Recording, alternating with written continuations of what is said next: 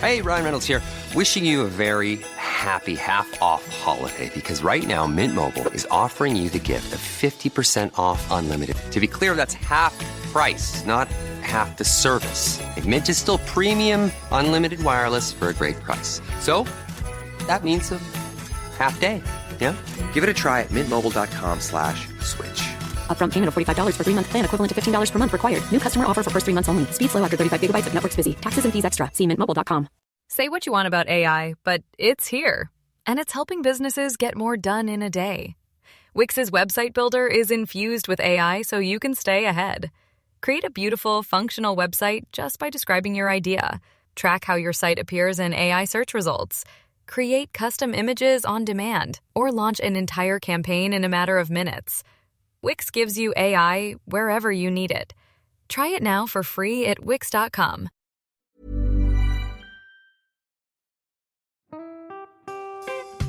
Vic, what are you doing on the 27th of April? I'm busy, Hamish. Oh, what are you doing? I'm going to be part of the Sober Awkward live show. Of course you are. Can I come? No. Oh. No, actually, you are invited. You are part of the show. We probably better get rehearsing, actually. That's a good point. It's going to be an absolute shit fight.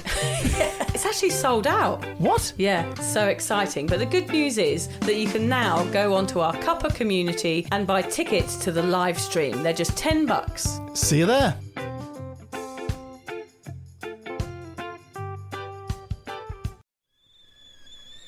The kettle's boiled, Vic.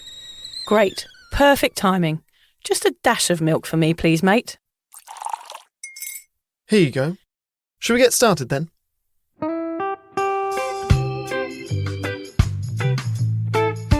Have you ever woken up on a Sunday morning and said, I'm never drinking again, and then found yourself waving $50 at a barman by happy hour?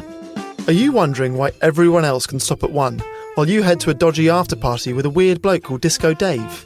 If so, it might be time to take a deeper look at your relationship with your reliable social crutch, alcohol. On each episode, we'll investigate our own dysfunctional dealings with booze and find out if it's possible to stop this deeply ingrained habit before things get too messy. Yep, we're going to open up a shame shed of humiliating drinking stories to help you understand why waking up from a booze coma each weekend with a kebab sticking out of your top pocket might actually be negatively impacting your health.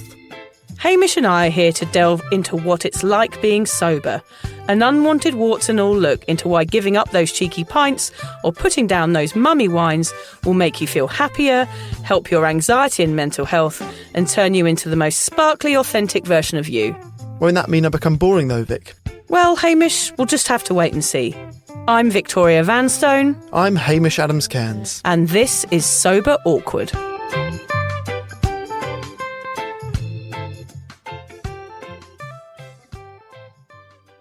So, Vic, if we were in power, God forbid, running a country or running the world, is the way I like to look at it, what laws would you change or impose?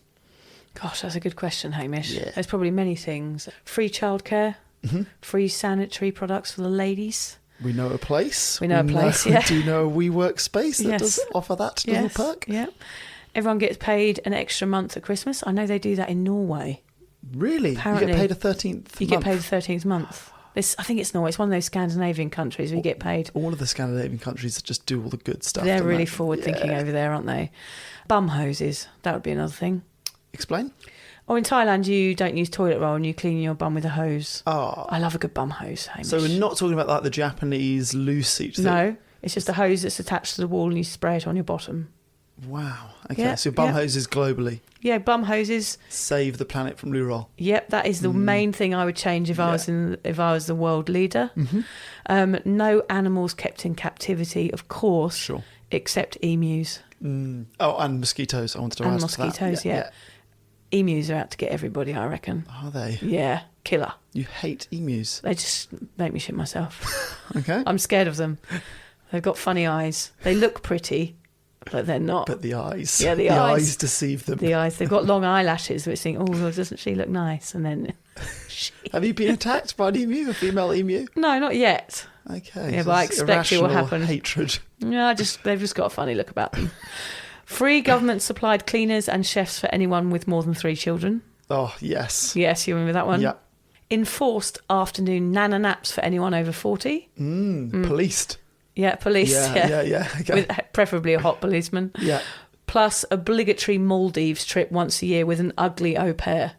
Yeah. Why do they have to be ugly? Or just in case your husband fancies them. Okay, so what I'm seeing from this is going to be great for the au pair industry. If you're not attractive, that's going to boom. I'm a bit worried about the world population. If you get a perk like free cleaners and chefs, you have more than 3 kids. Yeah. We're gonna have a huge population. Everyone's going to have 3 kids. And I feel bad for the emus. Yeah, don't feel bad for the emus. No. What are yours? Okay, so first thing is I think as a human race, we have got better and better and better as we have got older, right? Just over time, humans got good. What we've never cracked is how to beat queues at airports. Okay, yeah, it's Every interesting. airport has got a huge queue. There must be a better system of getting people through airports than what we've got now. Isn't queuing just part of life, Hamish? Well, I actually quite like queues. Do you? Why? See a queue, join a queue is a rule of mine on holiday because they know something that I don't. Oh, okay, so it's more of you're just nosy. You want to know what's at the it's end of just the like, line. I don't have to do. I want to do all the research at the restaurants. If there's a huge queue, it's probably good. Let's just join it. Okay, it might be a sort of not an anagram. What's the word for your life? Like a metaphor for your life. Okay. That you just join. You're just joining the queue of life. A sheep. You could be a dull. Yeah. I'm not able to make my own decisions. Sheep. You're just in this massive long queue of life and just waiting to find out what's at the end. Pressing. Okay, my other one is what I like to call my naked theory. So, I believe we should all be naked more often. My logic is this. You are naked when you are making love, when you are skinny dipping, or when you are bathing. Yeah. You are happy generally doing all 3 of those things. So if we were naked more often, would we be happier? I agree. Also, we'd get rid of, people comparing bodies. We all have weird bodies. We'd see it more. Yeah. We'd feel less self-conscious. I could be your vice president on that one. I concur. I would sit next to you and go, I concur. Yes. Here. Knock the wooden I'd have thing. a funny wig on. Okay, thanks. You're not good at a funny wig. I concur. Yes. 4 days a week instead of 5. Oh, it's a bit similar to the Christmas bonus. Similar. Yep. I wonder if mine works out better. 52 days, Yeah. 52 weeks. Don't try and work it out. Okay, no, I'll do maths. Yeah. Then, yes, they do a thing in Rwanda. So I've spent a lot of time in Rwanda, and they've got this amazing rule called umuganda. So umuganda is basically when on the last Saturday of every month, it is compulsory volunteering for anyone that's able-bodied. Oh, great. If you're between aged 18 to 65, you've got to help out in a local community project from 8 a.m. till 11 a.m. Amazing. It's 3 hours, and they have something like a 95% attendance rate. Everyone goes, and it is the best atmosphere. And so I've done it in passing bricks along a line, or you're digging a hole that will be a trench, or building a new road, or whatever it is. Done a few different things, and it's awesome. You could create a group on the Sunshine Coast that does that. That'd be a great thing to do, like a Facebook group and say, right, I'm going to bring this to Australia. Everybody in the community has to come together once a month to help the Hamish's community. Umuganda. Yeah, Hamish's Umuganda. I'm in. I concur. I concur. I actually work Saturday morning, so I wouldn't be able to do it, but I could host the Facebook group. I think it's a great idea. Yeah. Yeah. So that's kind of what we're talking about today, isn't it? Sort of. We're going to be talking about radical change. Actually, a radical change that has already been tried in America between 1920 and 1933. Oh, that was when the motion picture and the TV were invented, wasn't it, Vic? Oh, you're such a square. 4 eyes. Yeah, but that has nothing to do with what we're talking about today. Right. What other 1920 inventions can I think of? The Band-Aid, the traffic light, the vacuum cleaner, and interestingly, the electric blender. All 1920s inventions. Yes. None of them, Hamish. Oh. We're not talking about inventions today, you muppet. We are talking about prohibition and whether or not it would work today. It's a real shame. I would love to do an episode on the vacuum cleaner. Yeah, I suppose the audience would suck that up, Hame. That's good. That is good. Thank you very much. Do you concur, Hamish, with I my concur. joke? Yes, I concur. Over the course of today's episode, we want to teach you a little bit about the history of prohibition and explore whether it might solve some of the world's problems with alcohol if it was imposed today. In short, Would the world be a better place if alcohol was made illegal like so many other drugs? It's worth saying before we get into the thick of this episode that Vic and I have slightly differing, equally valid opinions on this subject that might stem from our different relationships with alcohol. Whereas I believe alcohol is not the problem, it's the way that we use it, abuse it and market it. For Vic, she believes that the world would be a better place without alcohol. Is that right? I don't want to be putting words into your mouth. Yeah, no, I do. I do think it would. If it had never, ever been around, I do think it would be a better place. Yes. Yeah. It had never been here, never existed. We'd never had to think about it. I mean, of course, that's never going to happen. Oh, that's too late. But I do think there would be a lot less problems in the world if alcohol was not on the scene. Yeah. Okay, well, that I do agree with. So if it had never existed, the world would be a better place. I think now that it has existed, I think the way that we use it is the thing that's wrong, not its existence. Yeah, no, I can see where you're coming from in that one. But yeah, I don't like putting the blame onto the user. I think that's my issue, Yes. is I wouldn't like to say, well, it's your problem because you're a drinker. And I like to have a cultural blame and a historical blame rather than the individual, because I generally don't think it's the individual's fault. No, yeah, I'm with you. I think it's the society. Oh, so we do agree then. We agree. Concur. We concur. We both concur. So what is the Prohibition and what lessons can we take from it today? In 1917, the 18th Amendment, which legalised the manufacture, transportation and sale of alcohol, was passed by US Congress. Just a few years later, in 1920, alcohol was effectively banned across America in a law that would stand for most parts until 1933. The reason why this law was imposed was fairly straightforward. The intention was to reduce crime and corruption, solve social problems, reduce the tax burden created by prisons and poorhouses, and improve health and hygiene in America. But did it work? I did a lot of research. Vic? Yeah, bring it out. There is no straight answer to this. Okay. Let me remind the listener, you and I are not historians. Also, can I just add in there, when we talked a second ago about the intention was to reduce crime and corruption, we're talking about America in the 1920s there, but actually that could also be now. You know, 100%. The same problems exist that they did 150 years ago. Yes, yeah, totally. 100 years ago. Oh, God, maths. not the maths again. Yes, not the maths again. Don't trust us with any form of maths. So, yes, what I was saying, we are not historians. Do not take our word as Bible. But yeah, I went through a lot of deep, dark black holes when researching this topic. And really that question in particular, did it work or not? There are varying answers with regards to that. So let me start by saying that at first, many believe that although it did lead to a decrease in alcohol consumption, it would eventually ramp up to higher levels than ever before. But new evidence suggests that this might not be the case at all. There's a historian called David Courtwright who wrote The Age of Addiction. He wrote in that, he said, no well-informed historian has believed that, the idea that it ramped up more than ever before, for over 50 years. He writes that per capita consumption initially fell to 30% of pre-prohibition levels before gradually increasing to 60 or 70% by 1933. So that would suggest a 30% fall in alcohol consumption overall. Okay, but that's not really much considering it was banned 100% and it was illegal. A 30% reduction isn't much really, is it? Well, I tell you what's actually quite confusing about this is the drinking of alcohol actually wasn't banned. So it was the sale and manufacture, the transportation and sale that was. Right, so I don't know interesting? why they left that off the list. Because then they'd be probably having to arrest so many people that it would cause an extra problem with too many people being in the prison service. Probably right. One thing that Prohibition certainly led to was an increase in organised crime. Of course, we've watched Peaky Blinders. The illegal sale of alcohol went through the roof. Much of this homemade alcohol, the bathtub gin and the bootleg hooch, was dangerous or even toxic to drink. So although the alcohol was being consumed less, the alcohol that was being consumed was increasingly stronger.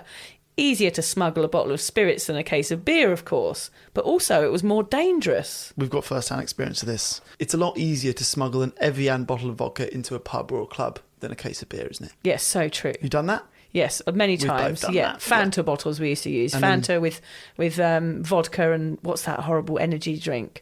Powerade? No, the one Lucozade. Red Bull, vodka Red Bull yeah. in like Fanta bottles into the pub. See, yeah. I would just take the vodka. Oh, okay, and then yeah, I I would mixed just be it beforehand. ordering Cokes all night. Oh yeah, clever. But then you still had to pay for drinks. I didn't want to pay for drinks, you see, at all. Oh yeah, that is good. I was smarter in some ways, Hamish. Did you ever make homebrew? Well, I was trying to think about this. The only homebrew I ever really made was a punch. When my parents would go out, I'd steal from the drinks cabinet, and me and my friends would pour everything in there. We used to actually add a can of fruit chunks. Do you remember those fruit chunks they used to have with sort of with that milk, evaporated milk? We used to steal some out of the cupboard and whack that in as well. So we felt like we were having like a posh 1970s style punch with a spoon. Yeah, and we used to just take the spoon and spoon it down our throats. And we just used to have this big mixture of all these disgusting strong alcohols. We were always sick.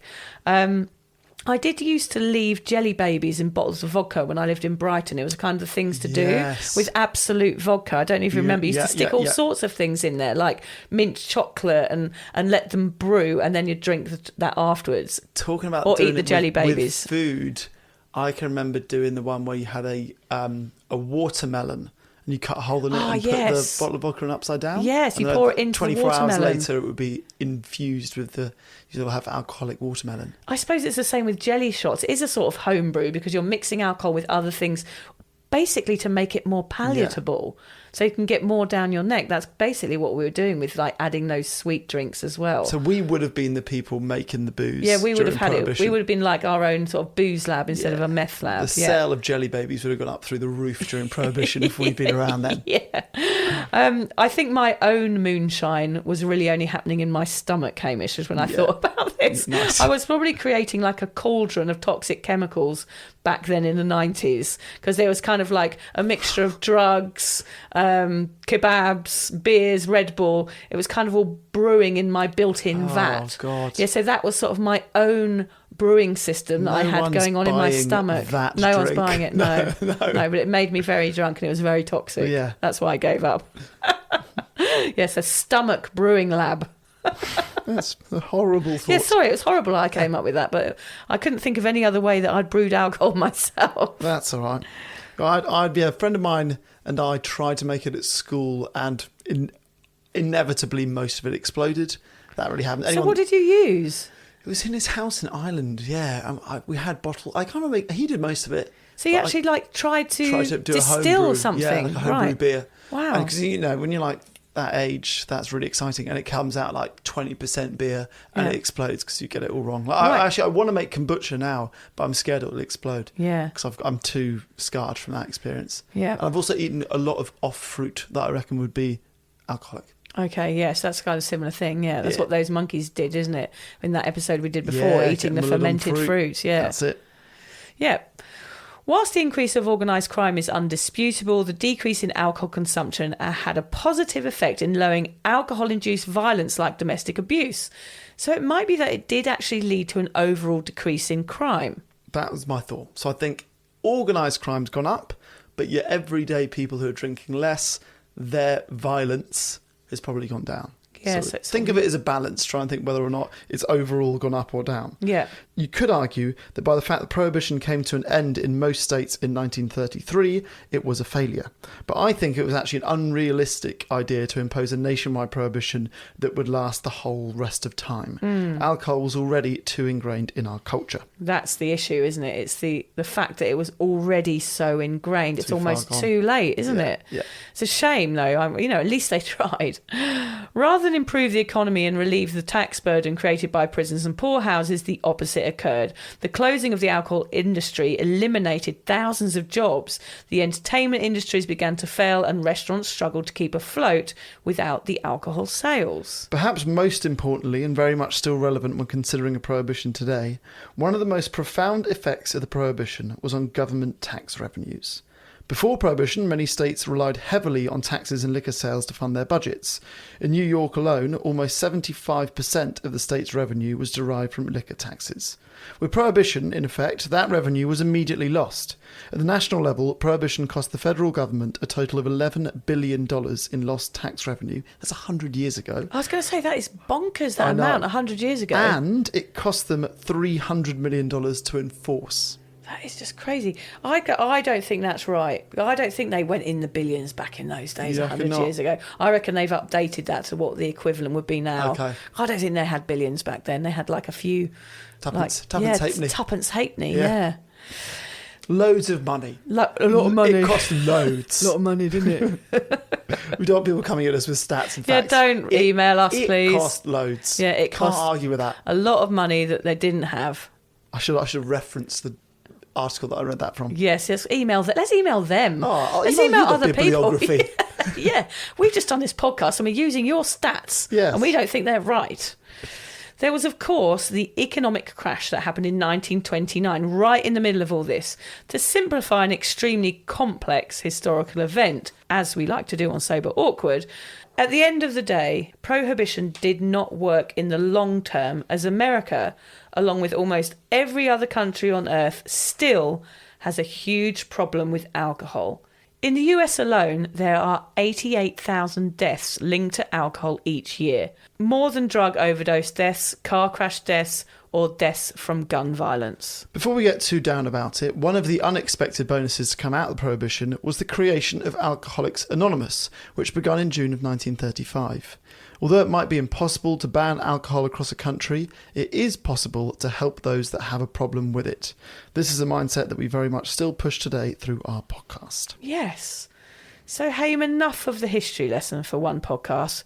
Oh, we got a lot through there, didn't we? Yeah, the history of American Prohibition. Yes. Put down your pens and paper, folks. Yeah. But would it work today? What more could our governments be doing, and why again aren't we doing an episode on the incredible long-standing benefits of a vacuum cleaner? We could call it Hoover from Dyson or something like that. Yeah, there's something in that. The suckers, the mother suckers. Yes, the mother suckers.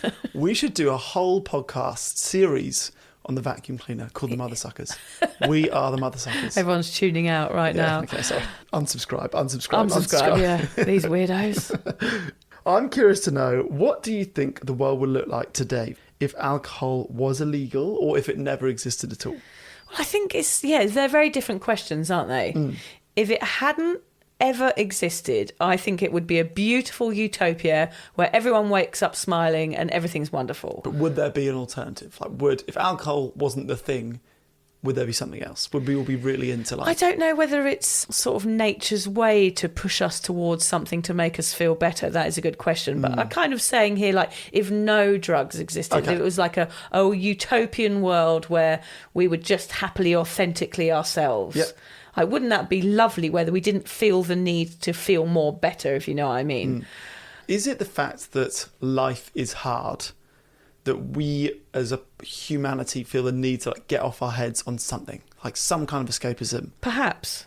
Yeah, perhaps life is harder than we want it to be, so we feel the need. We do have to deal with death. That's one thing that's unavoidable. And all of those things, we are going to search out and hunt for something to make our emotions feel more pleasurable. Mm-hmm. I think that is kind of inbuilt in us as human beings. I know that I Will Survive would have never been a hit because no one would have been drunk, and I would never have got a shag in the mid-90s. Good point. Good point. Karaoke would probably not exist. I think everyone karaoke wouldn't be existing at all. I think that freedom of the burden of booze and everyone sipping a lovely ginger ale instead, it would be a nice environment to be in. There'd probably be less mental health issues, less violence and less global sadness. I do wonder what the music industry would be like with no alcohol. What would the Stones or the Beatles or the Happy Mondays or the Pogues, what would they have produced without alcohol? True. Well, so during the Prohibition, they expected the entertainment industry to boom. They thought if we take away alcohol, people are going to be desperate to find the excitement in their other lives. ways. So they thought the theatres would go through the roof. They thought music, restaurants, and all of them bombed. Isn't that interesting? Because people associate alcohol with that sort of entertainment industry. I mean, we might be dancing to Craig David in this strange utopia, Hamish. That would be awful. Yes, please. Yeah. Sober or drunk, he's always wonderful. Land of the damned. Although Winehouse would still be here. That would be. She would. She would be, yeah. If you would like to support the Sober Awkward podcast, we're excited to announce that we've joined Patreon. Patreon is a membership platform which allows you to give back for the content you love. By buying Sober Awkward a cuppa once a month, we can keep the giggles coming and continue sharing our sobriety message. By joining Patreon, you get access to Sober Awkward merch, extra content, special promos and loads more. Just find the link in the show notes or head to patreon.com and search for Sober Awkward. And together we can learn how to feel the awkward and do it anyway.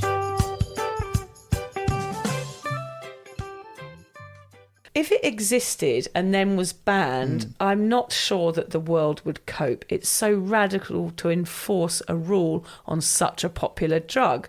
But I also agree that taking anything underground to a black market does cause other issues. Making addiction or drug use a crime creates a whole barrel full of issues. Yeah. I wonder if banning something just adds to a layer of shame rather than solves it. I guess that is something we will never find out. No, but on the one hand, I think there's no way they'll ever make alcohol illegal. Like, it's just too big an idea. But then if you look at the actual damage of it, it is worse than most of the drugs that are illegal. So is it such a leap to think they can make it illegal? Is that a crazy thought? Well, it isn't. It isn't a crazy thought, and it should happen, but it's the financial side of things, which we're going to get into in a minute. What about you, Hamish? What do you think? If alcohol had never existed or was made illegal, what would happen? Well, I think I'll focus more on if it was illegal. I think, because I think that point I just made, in a way it should be purely based on the fact we could treat it like any other drug. It causes these, it's a carcinogen, it is, makes you depressed, it is highly dangerous, it leads to violence, domestic abuse, huge amount of, everything that we've covered in the podcast means really it should be treated like any other drug and it should be illegal.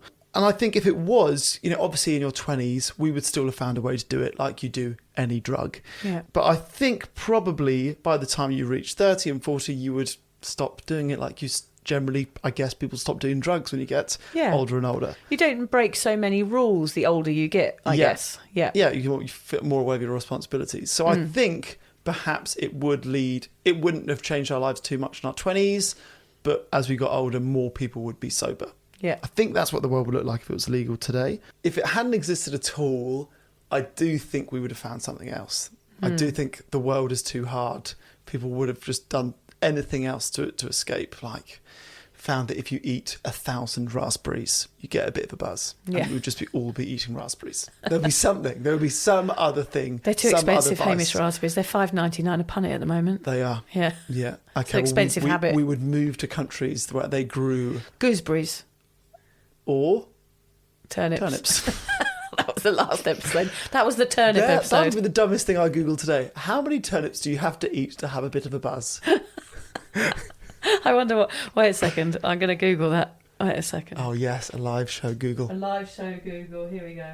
I wonder if you're the only person that's ever Googled this. The answer is... a trick for getting a good price on turnips in Animal Crossing. Oh, that's a computer game. Okay.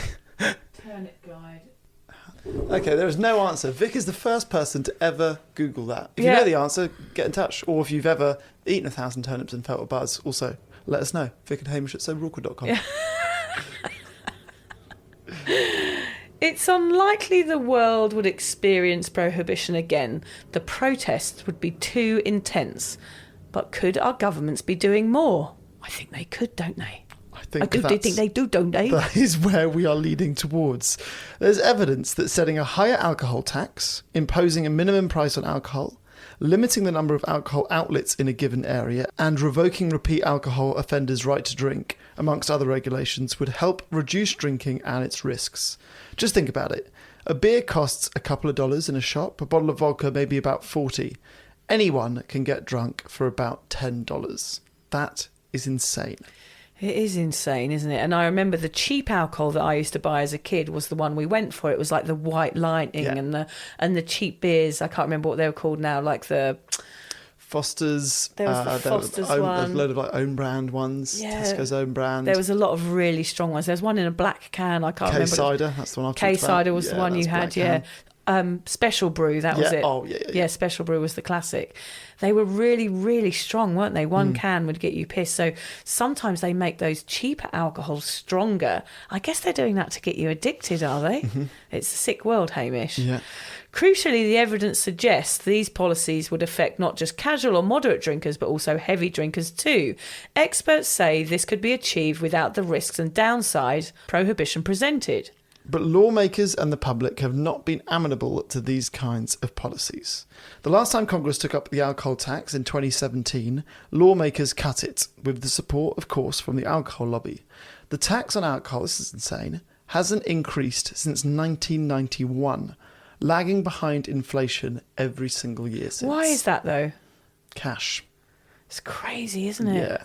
So they're not changing anything because they know it's bringing in so much money. Yeah. It's annoying.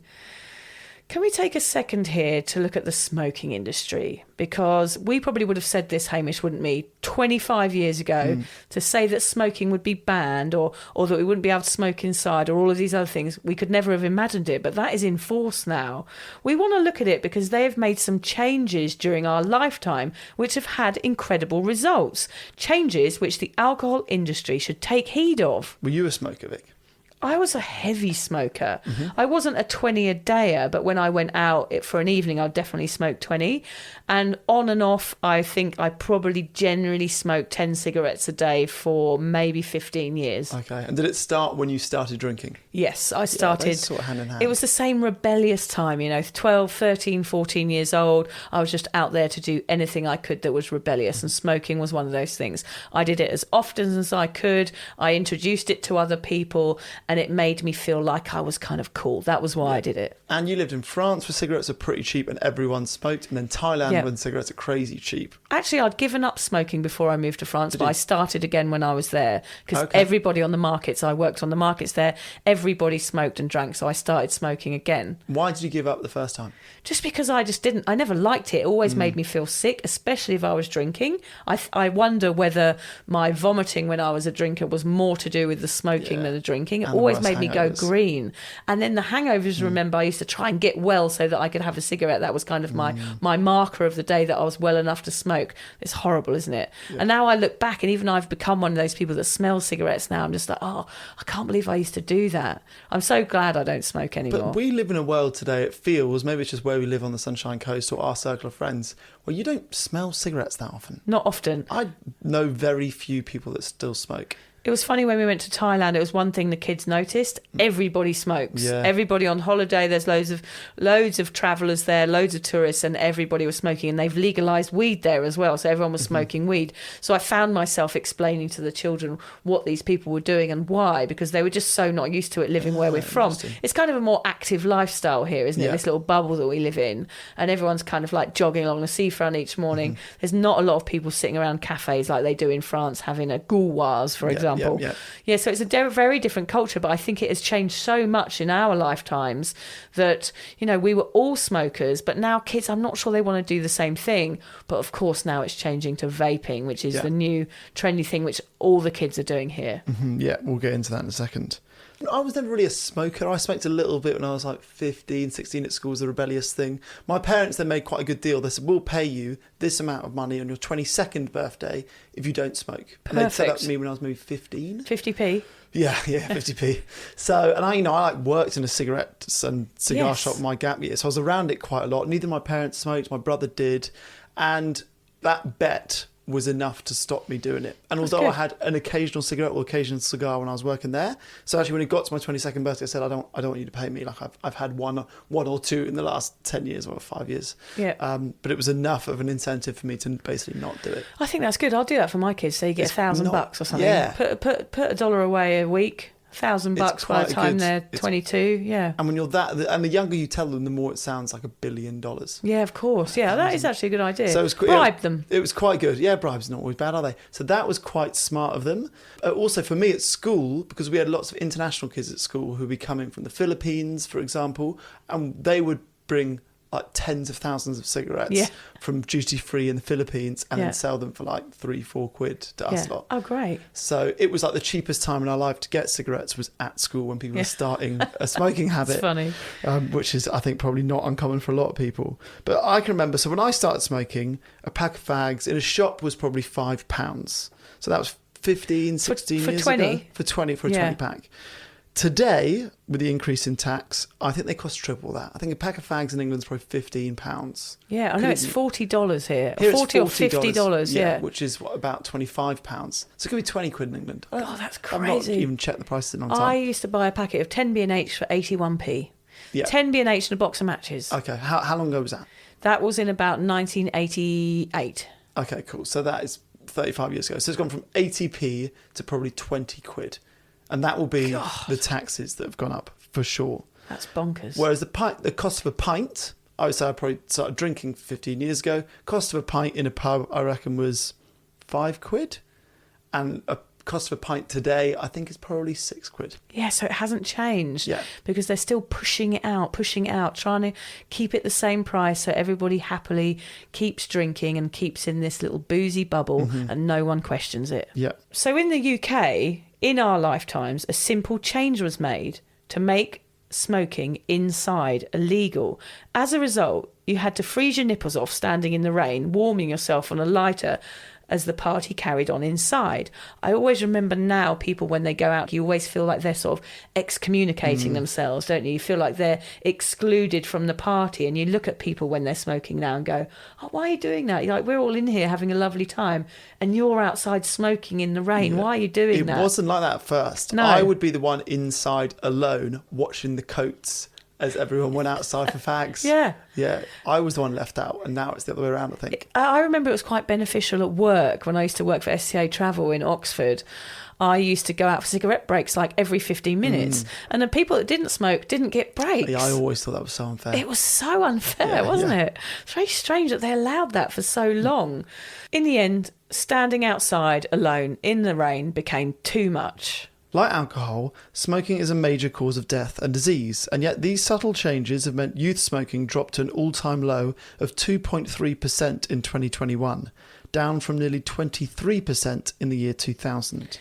I think it's interesting, Hamish, we're talking about smoking here, because I do like comparing the two. So smoking is banned in a lot of places now. Even in New Zealand, it's 100% banned in public. Right.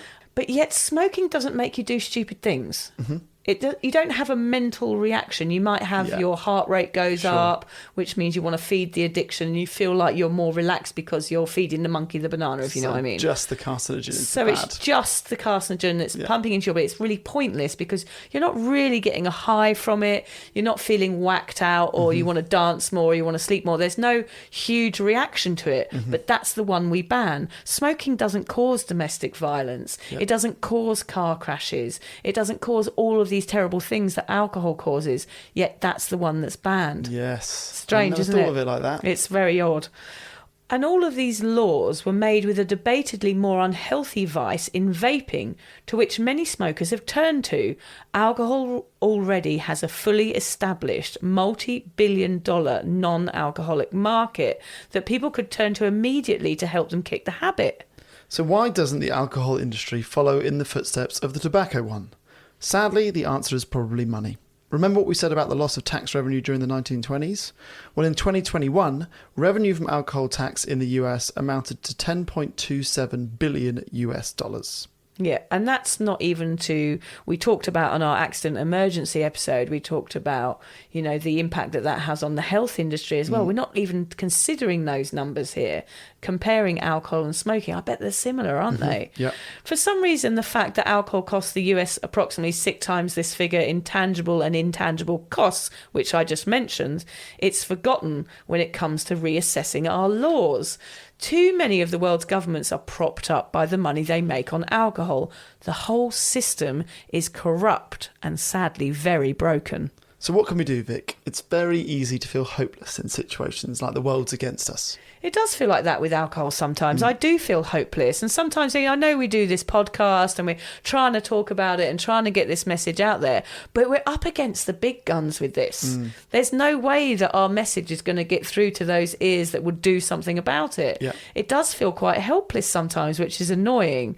So I guess the only thing you can do is just to keep talking about it. Share your experiences with alcohol, seek some help, gain support to help you understand your own personal relationships. Because if you don't, those big guns that we were just talking about aren't going to do anything, are they? Yeah. It's quite scary.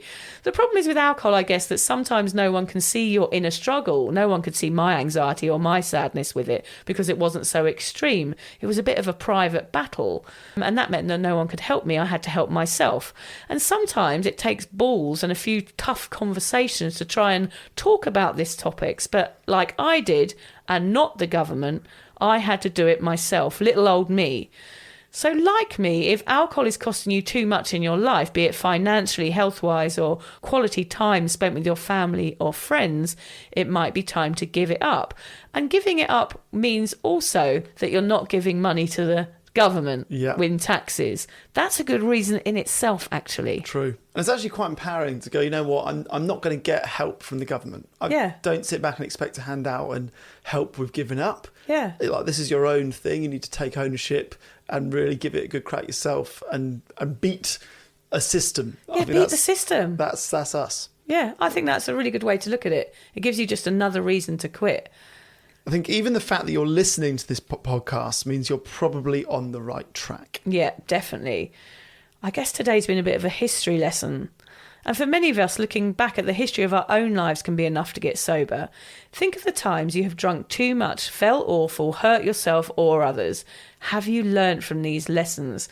Have you grown because of them? Is it perhaps time to give sobriety a try to see if things work out, like they gave Prohibition a try? Give yourself your own Prohibition. Yes. I think that's what we're trying to say, isn't it? Like, it doesn't work when it's run by governments and by bigger beings. It's actually time to kind of enforce your own prohibition on yourself. I like the idea of telling people that I'm undergoing a personal prohibition rather than telling people that I'm sober. Oh, that is brilliant, Hamish. Let's start doing it. There's a prohibition in my life. Yeah, I have enforced prohibition. Yes. What is it? What do they say? Itty bitty shitty committee in my head has caused me to put a prohibition on myself. Yeah. That is the beauty of history, Vic. It gives us the opportunity to learn from the mistakes of the past. Sure, prohibition or a change to the alcohol taxes and laws probably won't happen anytime soon until you or I are in charge, which is pretty frightening. But you can take ownership and responsibility for your own lives and your own decisions. Yeah, that is so true. And even if that takes a little bit of therapy and a little bit of learning and looking outside of your comfort zone, it's definitely worth giving it a go. Don't rely on anyone else. Just rely on you. Absolutely. Got a couple of quotes to end. Okay, W.C. Fields. Once during Prohibition, I was forced to live on nothing but food and water. Yeah, that did make me giggle. Yeah. I like the idea of him writing that really upset. Yeah, really angry. Yeah. This is all I've got, food and water. I've got a cheesy one from Alana Hunt. She says, it's only when you take responsibility for your life that you discover how powerful you truly are. Yeah, more powerful than the government, that's for sure. Yeah. And then basically what I've got here, in what we've established over the course of this episode, is if you want to do your own research about Prohibition, there is a bit of eye candy out there. Oh, so excellent. You mentioned Peaky Blinders. Yes, love Lots it. of attractive people to look at. Gorgeous people in that. Learn about Prohibition and look at attractive people. Yeah. It's also a film which has got Tom Hardy in. Oh, anything with Tom Hardy. Yeah. Actually, he's in Peaky Blinders as well, Tom Hardy. That's true. Isn't he? You can have a Tom Hardy feast. Oh, God, that is my favourite type of feast. I can tell you that. So that film's called Lawless. Yes. Yeah, so you go check out Lawless. Or just check out any Tom Hardy film, I guess. Get out of here, turn this podcast off, and go watch some Tom Hardy films. Yeah, I think that's a bloody good idea, Hamish. Bronson is my favourite. I haven't seen Bronson. Yeah, he's not attractive in it, but belter of a film. He's great. He did the Craze one as well. I love that one. He plays both the Craze brothers. Oh, yeah. He's great, isn't he? He is great. Oh, Tom Hardy. Podcast episode on Tom If Hardy? you haven't, let's just talk about Tom Hardy, shall we, for hours. I think Tom Hardy perhaps is sober. I think he might be too. I think he is, yeah. We'll get him on. Give him a call. Get him on. Oh, yeah, I'll give him a call. Yeah. Ooh, Hardy, what are you up to today? Are you coming round my kid's bedroom with dog vomit on the carpet for a very lame podcast interview? I'm in. I'm sure he'd be in, wouldn't you? Yeah. Oh, yeah. You have to be topless. Do we mention that? Oh, yes. It's a naked podcast. It's a naked podcast, yes. Tom. Oh, Tom Hardy. If you're questioning your relationship with booze, you're struggling to moderate, or your hangovers are causing anxiety, it might be time to reach out for some support. Yeah, just talk to a mate about how you're feeling, contact a local doctor, find an AA or sobriety group. Vic's got one. Yeah, just head to www.cuppa.community. Remember, if you're questioning yourself, it might be time to seek support. Even though this journey can be awkward, it is definitely worth it. And if you've enjoyed the Sober Awkward podcast, don't forget to review it, rate it, and share it with your mates. Do they have to share it with their mates? Yeah, of course they do. I'm not doing this for nothing, Hamish. Bloody hell. How do they share it? I don't know, just write it on the document.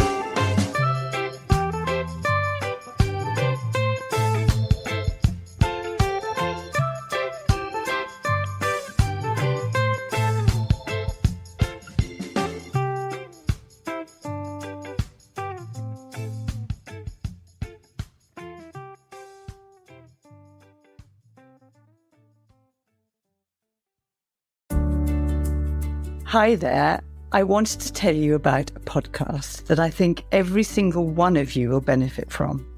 It's called Therapy Works, and it's hosted by me, Julia Samuel. I'm a best-selling author and psychotherapist. I invite you into my therapy room where I speak to either a known or unknown guest.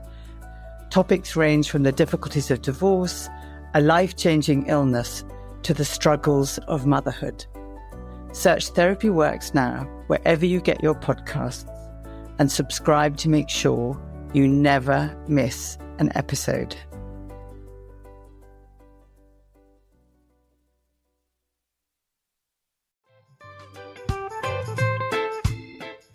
Vic, so do you fancy coming on a sober holiday?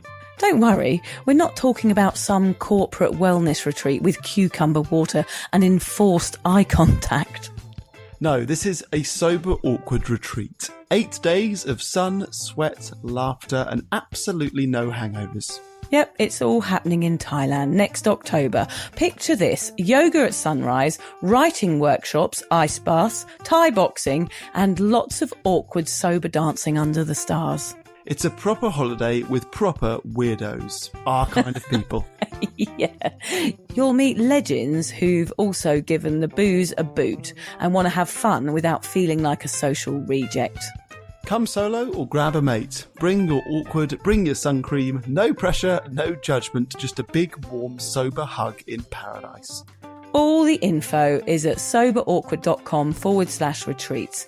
Come and get sweaty with us, emotionally and physically, in our all-inclusive jungle resort. You'll start out as 15 strangers and leave with 15 new sober mates. I'm not sure I want 15 new sober mates, actually, particularly sober ones. Yeah. Oh, well, you're not invited then.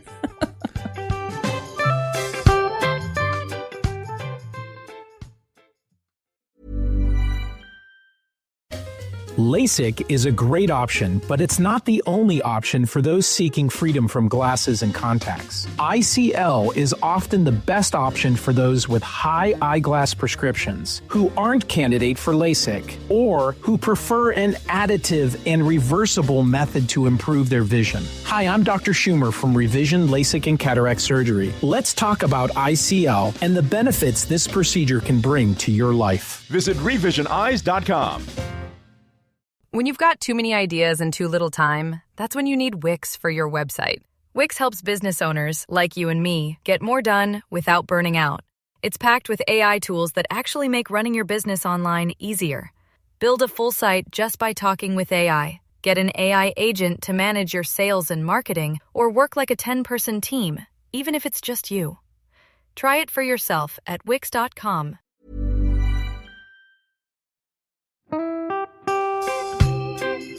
So, as you probably know, my comedy memoir, 1,000 Wasted Sundays, is officially out.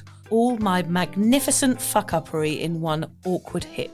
If you'd like to get your hands on a copy, it's now available from all good bookstores. We always say all good bookstores, don't we? Yeah. Are there bad bookstores? No, it's probably ones with moody sellers. Oh yeah, really depressed librarian folk. Yes, okay, good. So there are probably some, but we're only storing it in the good ones. It's only made it into the goodies. You can also get it from all good online retailers. The print version and ebook are out now, and the audiobook will be available in March. I've been writing my memoir for 5 years. It will make you laugh, cry and cringe, and hopefully inspire a few people to reconsider their relationship with booze. If you love the podcast, then I think you'll love the book, even if I do say so myself.